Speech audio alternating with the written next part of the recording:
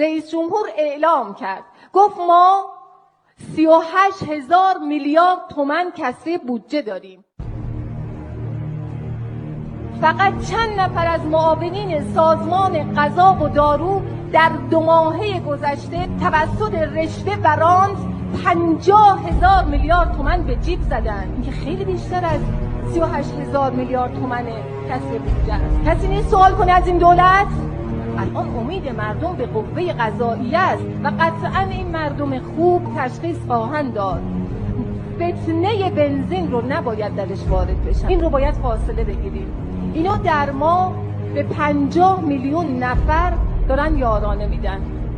حدود 50 میلیون نفر. در سال میشه 22,000 میلیارد تومان. آقا باید جواب بدید. شما به ما گفتید 142,000 میلیارد تومان و مجلس مسبب کرد این رو. 22,000 میلیارد تومان داره میاد دست مردم میرسه. خوش انصاف 120,000 میلیارد تومان کجا میره؟ کجا داره گم میشه؟ و متاسفم برای مجلسی که به معنای حقیقی همکار دولته.